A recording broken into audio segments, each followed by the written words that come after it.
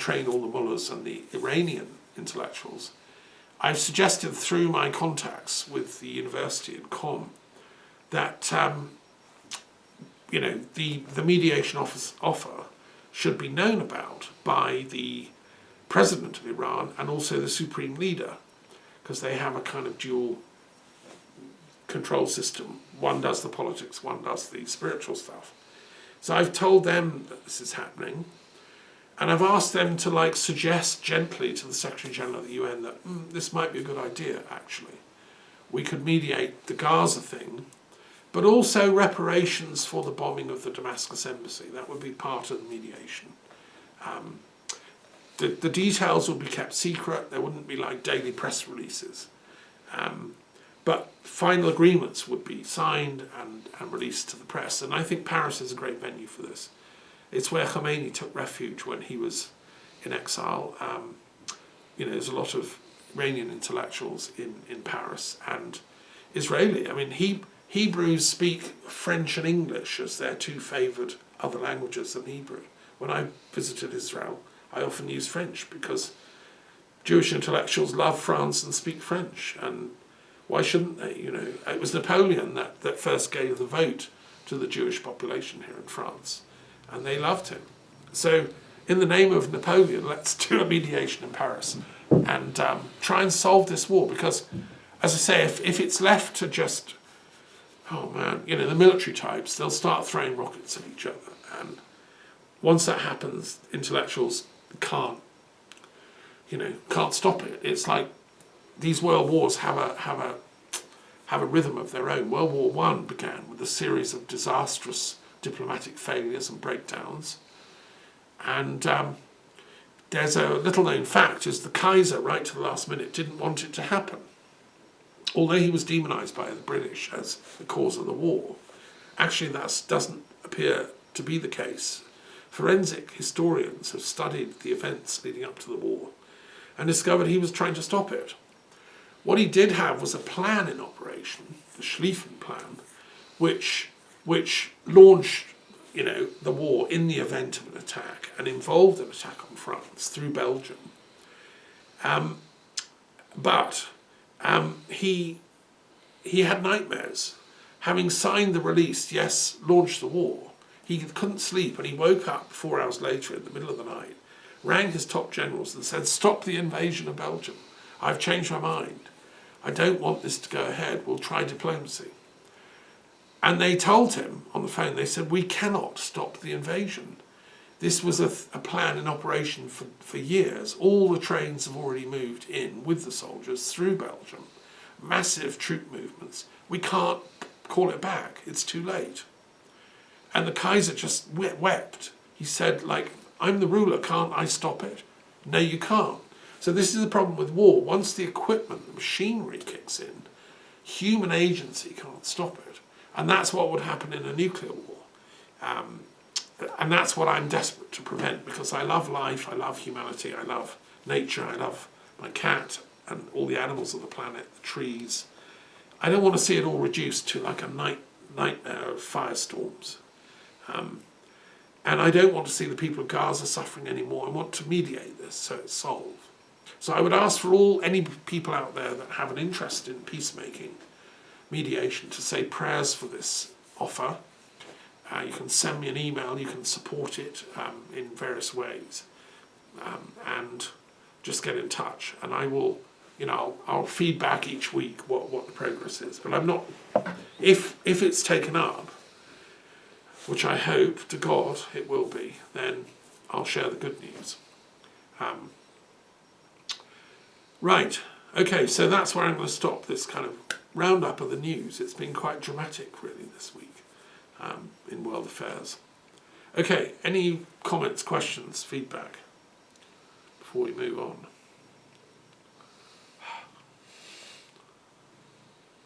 Voila. Okay, so look,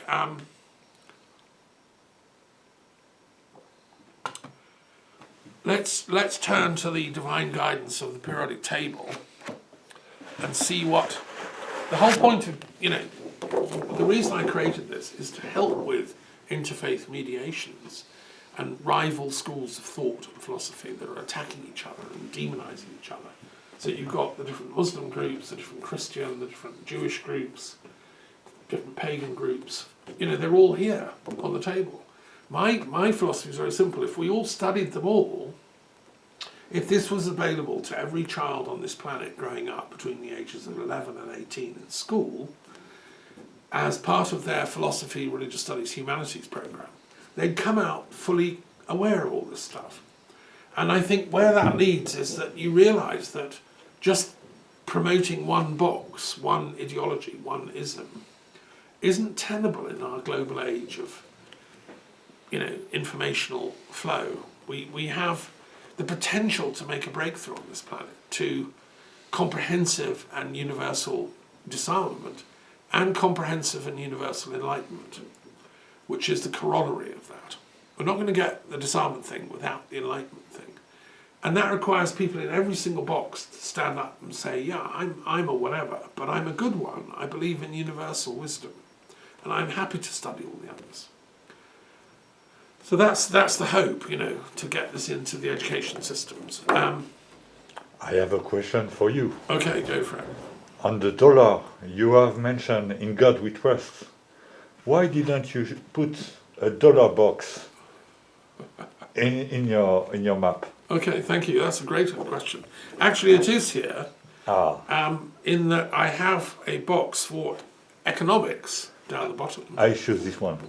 163, and economics is very much about, you know, in the dollar we trust, or the franc or the euro, whatever, and all the problems with this. So, are you going to choose that one? Oh yes, please. 163. Okay, we'll do economics, right? And then I'm going to choose another one. Let's have this one. Okay, we've got esoteric line, which are pale cream, and we've got the deist form of Freemasonry, which is box 117, of which there are about 117, about 2 million protagonists probably in the world. So that's interesting, the correlation between the two. Yes, so,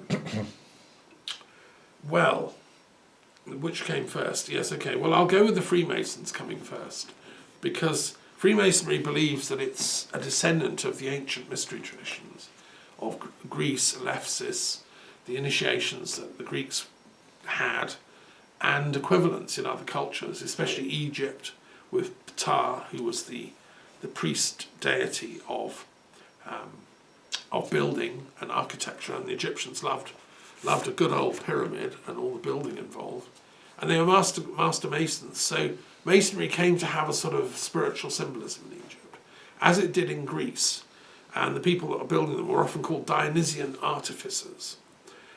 They knew about, you know, how to build these incredible temples that have lasted, like the Parthenon in Athens, and the Temple of Poseidon at Cape Sunion outside of Athens, which I've been to, and there are great Greek temples in Sicily, in the Doric style. So Freemasonry seems to have been an initiatory system among these builders and architects who were learning great secrets. So they were taught to respect knowledge, to not necessarily share all the secrets with everybody, to be guarded, because they could be misused. I mean, if you know how buildings are put up, you can knock them down by building fires under the bottom of them or whatever. You know, they can be misused in military terms.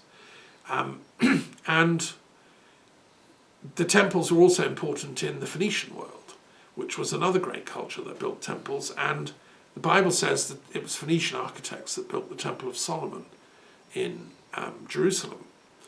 Again, they were respected. They came and they lent their wisdom to the Jewish people to have their temple, because Solomon respected the Phoenicians.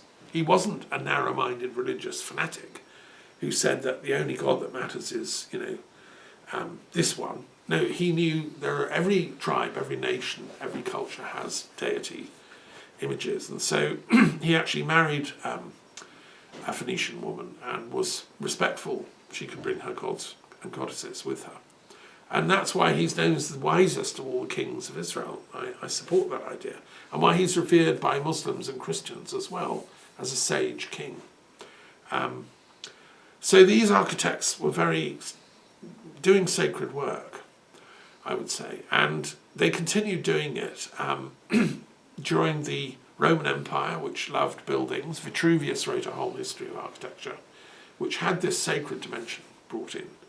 And then they started doing Romanesque churches after the Christian faith came. And Christianity was another excuse to do lots of buildings, so they liked that.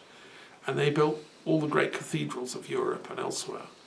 And they often put into the building little signs and signatures that they were from an even earlier kind of tradition. If you go to Sweden, which I've been to, Lund, there's a great cathedral in Lund, which is one of the oldest medieval churches in Scandinavia. It's huge. And in the basement, there are these columns that hold the whole thing up, which have very pagan symbols on them. I've seen them, they're sort of quite sexually arousing type symbols showing the pagan culture of Scandinavia, saying, yeah, you can do your ceremonies up there in the church, but actually we're the pagan rune people and we keep the whole thing up. So these Freemasons often used to put in those kind of symbolic things into the buildings. Like in churches, you get the green man often in Europe, and you'll get the Sheila na gig, again quite a sexual image, in Irish churches.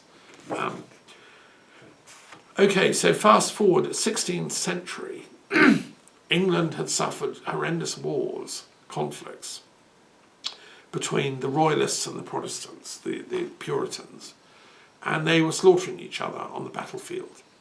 A lot of good people were dying, being killed. And so a bunch of intellectuals got together and said, this shouldn't go on. We should unite above our ideological factions. And they included a man called Elias Ashmole, who was a royalist. He was based in Oxford, and he was an intellectual. The Ashmolean Museum is named after him. Great thinker. They included Sir Christopher Wren, who was one of the greatest architects in English history, built St Paul's Cathedral.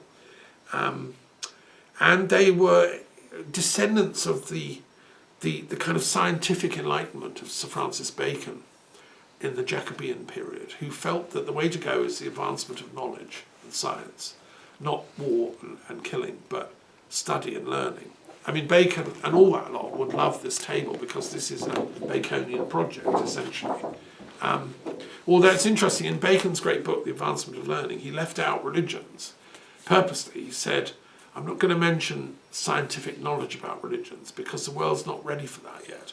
We're still too primitive.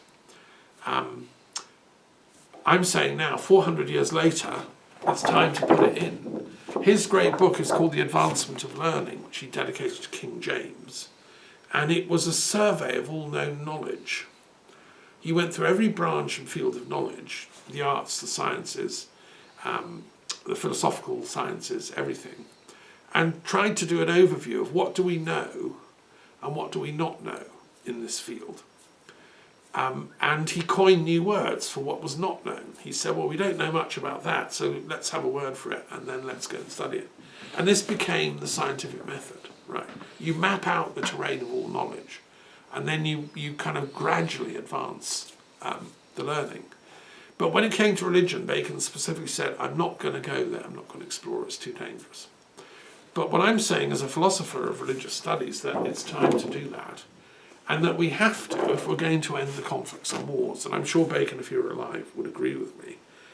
These Freemasons, therefore, came together as a sort of, Bacon actually called them Solomon's Club, the House of Solomon. He wrote a book called The New Atlantis.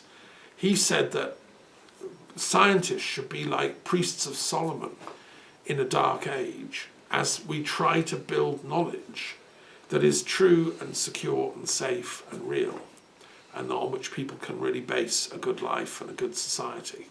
So it has social implications.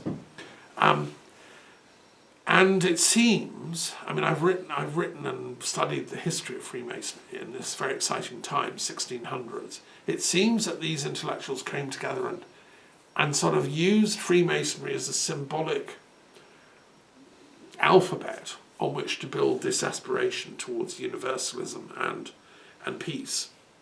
And I think on the whole it was a good idea. Okay, it reflected some of the values of that era, so it was very patriarchal. In those days, only men could join the Royal Society. Only men could join Freemasonry. It was a very male-oriented society. Even though, ironically, they worshipped Athena, the goddess, and were very friendly towards the female goddesses, but not giving them a place in the lodge. So there was a split in Freemasonry, and this is what the box here refers to. So we've got box 117, the deist form of Freemasonry, and then box 116, which is the Grand Orient form. What happened in the, and then there's another one, Co-Masonry, 118. Now what happened in the course of the 18th century, 19th century, is in France here, where Freemasonry became very popular, English and Scottish emigres came from Britain and brought Freemasonry to France, where it wedded into existing initiatory systems. The French already had their things, but they used the Freemasonic codes and rituals. There was a man called Chevalier Ramsay in Paris who was very important and influential in the French lodges. And as the Enlightenment wore on, and the 18th century really came to a crescendo, a lot of the great intellectuals of French history, Voltaire and co, were all attracted to join the Freemasonic lodges. And they became sort of, one historian has called them the UNESCO of the 18th century. They became a haven for genuine deep thinkers and intellectuals.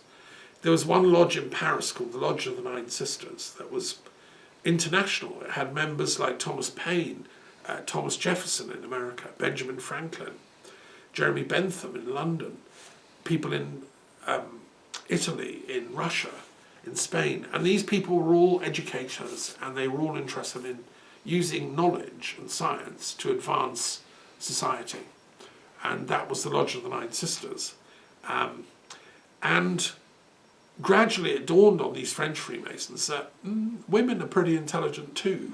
It's time to maybe they should join too.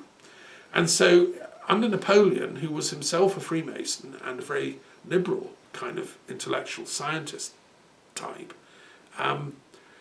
French Freemasons began to set up women's lodges, which he supported.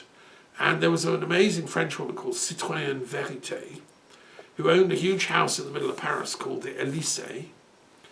And she was one of these French women Freemasons. Well, her house is now the seat of the French president, and has been for the last 100 years. The Élysée is the French equivalent to Buckingham Palace. And it's interesting, it's her place that they're using. I have a project to make a film about this woman. It's never been done. Nobody's ever heard of her.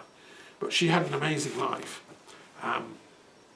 And these French Freemasons, as the 19th century wore on, they came to an even more radical conclusion. They said, to be a Freemason, hitherto you'd always had to swear an oath to God to join. But this land had given birth to a lot of advanced thinkers like Comte and Saint-Simon, a lot of great scientists like Poincaré and all the others, who gave Einstein a lot of his ideas, by the way. And they realized that to be really intelligent and erudite, you don't have to believe in God, but you do have to be moral. You have to be ethical and open-minded. So the French lodges got rid of the faith in God thing when you join. The Grand Orient says that's optional. You may believe in God, you may believe in the gods, you may believe in 2 gods, 3 gods, whatever. That's optional, an infinite number of gods. That's not compulsory to become a Freemason. What you do have to believe in is goodness, truth, wisdom, love, the values of Freemasonry. And so that became the Grand Orient. And it was that kind, by the way, that Allende belonged to, because it became very influential in Latin America. Grand Orient Freemasonry is the dominant form in Latin America, and a lot of socialists were attracted to it. It became dominant in Italy. A lot of the Italian,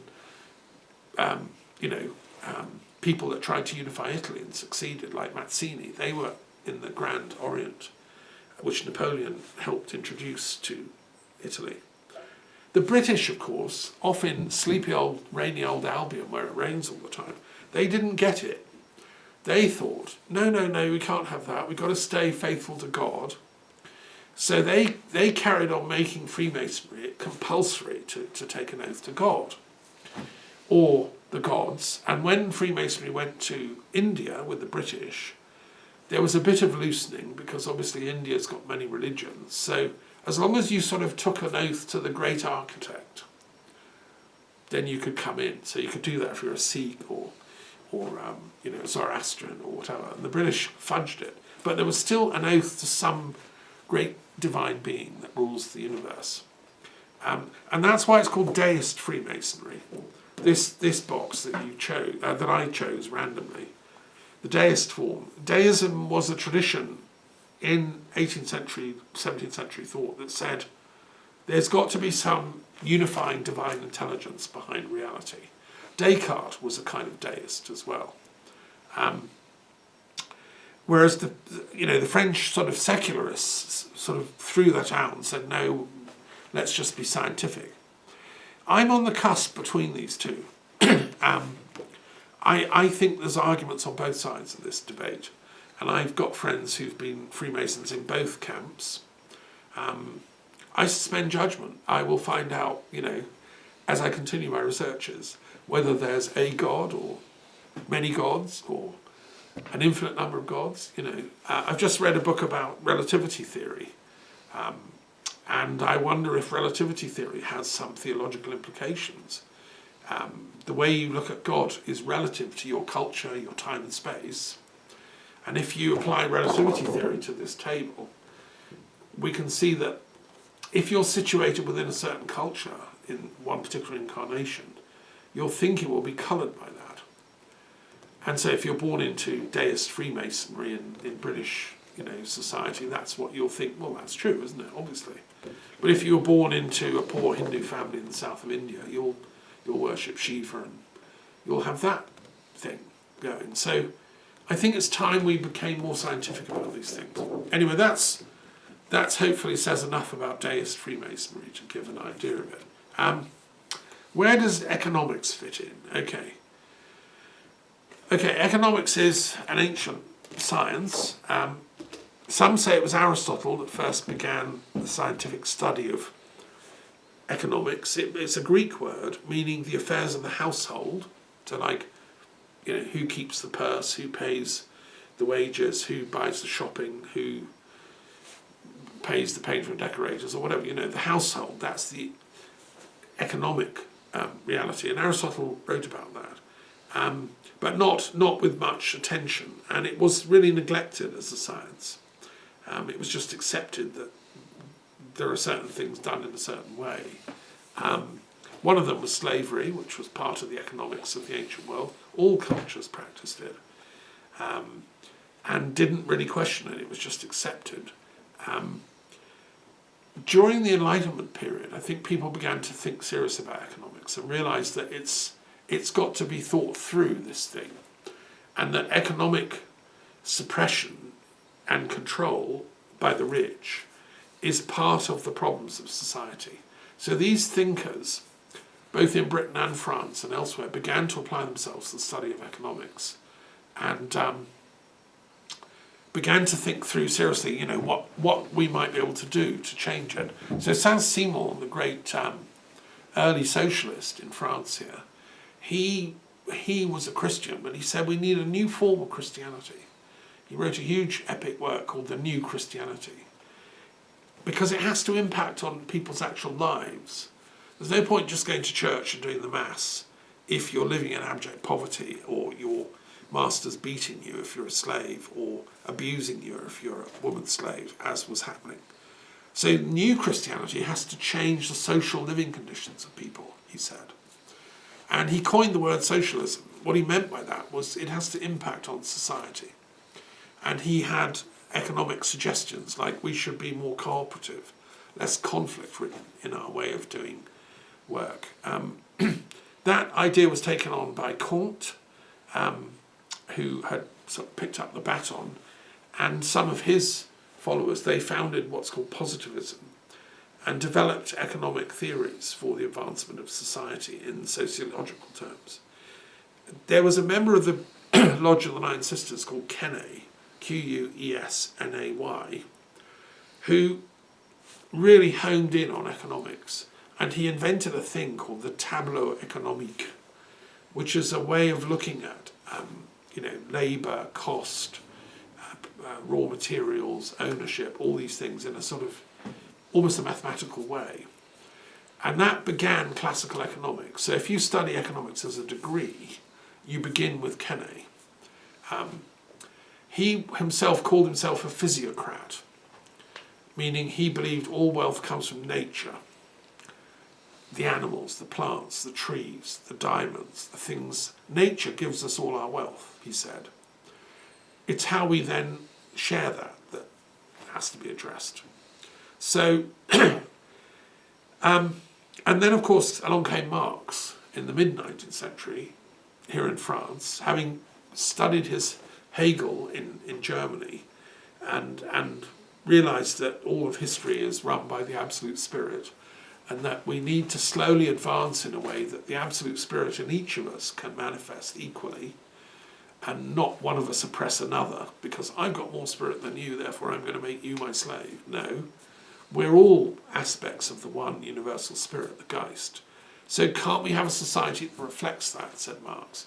Well, the problem is economics, because some people have vast wealth, richness, and access to all the resources, and now that's information.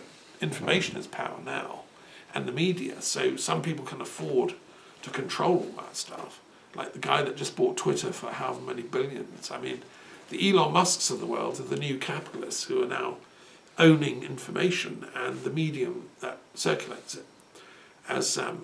So Marx said we've got to look at this seriously and we've got to rethink what's going on. And he rightly concentrated on capital. Who owns stuff and what is capital? Where is it formed? And that was his epic work, Das Kapital, which I'm in the middle of a commentary on. I haven't completed it yet because my mother was a Marxist who said, Thomas, you've got to study this thing in detail. So I've been doing so. My critique of Marxism and Marxist thought is that whilst he was right to look at capital and ownership is really important, and wealth and so on, he failed to realise that it's not just money. It's not just capital is also about ideas, about knowledge, and ownership is about control of thought, control of the mind. The British conquered India because we had science, we had railways, we had the East India Company that had a very sophisticated form of doing trade and stuff. It was the knowledge that enabled that to happen. So I think Marx's critique of capitalism falls short of the actual critique that we need. I think Thomas Piketty, a French-based economist, is aware of this, and there are now economists that are looking at knowledge as the core feature of wealth. Where I sort of join that debate is that it's not just knowledge in a narrow sense. It's what we need is to crack the secret of ethical knowledge. I mean, I can invent a gizmo and I can market it and I can become a billionaire, but then I can oppress people. I can make them live in fear. I can misuse that knowledge. A lot of the people behind, say, Putin are very clever. Putin is a vastly wealthy guy who's misused his knowledge to control the economy of Russia with these oligarchs who support him. And those that didn't support him, he's had killed off. They've had to flee, but he still hunts them down. And so you get this horrific misuse of knowledge for power over domination. So how do we stop that? Well, my formula is we have to increase the ethical, moral, and spiritual intelligence of humanity. which is the point of this table. You know, this should be in every Russian school kid learning. It should be on the wall.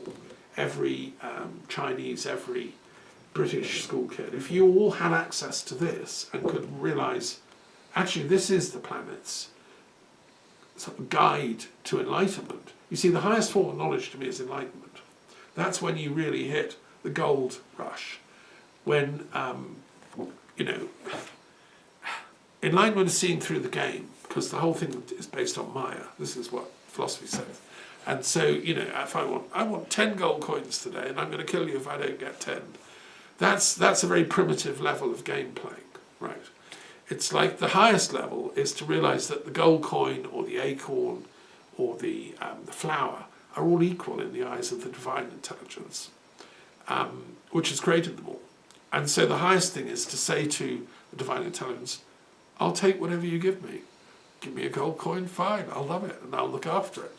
Give me an acorn, that's fine, I'll plant it and grow it into an oak tree. Give me some flowers, that's fine, I'll make incense. It's about spiritual attitudes that I think lies the future of humanity and peace.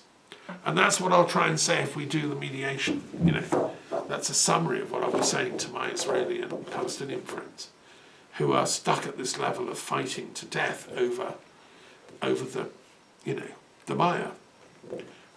Anyway, that's economics, and obviously it's really more complicated than that. I apologise for the brief survey, but and there is a link between them, obviously, you know. Okay, shall we move on and do our... do you want to comment on that? No? Okay. Save it to the end. Let's do our tarot of the gods. Let's see what the divine intelligence, which I've, you know, written out in these tarot books, want to share with us today. And we'll see. Yes. Right, there you go.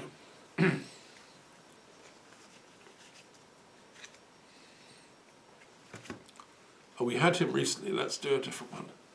Choose a neighbour. That was Tyrannus. Ah, this is a good one. Okay. Tengri. Yes. Thank you.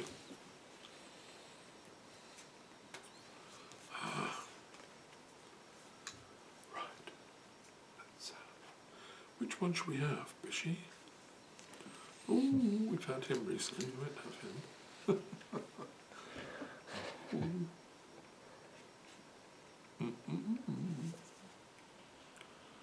Oh, that's a good one. We haven't had him for ages, if ever. Right. Okay, we've got some lovely gods here. Do you want to just tell us what that one is and describe it? It's the Page of Air, right? Yes. Who is it? Tengri. Yeah. Do you know where he's from? No. Come across him? And I guess it's no, even seeing the image, the mountain, mountain place. Right. Yeah, Scandinavia or whatever. Well, yeah, you might want to go a little further over to the east. He's got a yurt outside, right? So that's the Himalayas behind him, or the you know, one of the great mountains of Central Asia. Tengri is a really fascinating god. He's the god, chief deity of the early Turkic and Mongolian peoples. So this is probably somewhere in Mongolia. And the shamans of Asia, Central Asia and Siberia, call god Tengri. And he is the sky god. So Tengri lives up in the sky. And we were just discussing about why the French say for heaven, le ciel. In the New Testament, when Christ talks about heaven, he talks about le ciel. Well, the shamans of Siberia, they feel the same. Tengri lives in the sky, in fact is the sky. And therefore nothing escapes his eye. Everything we do is witnessed by Tengri.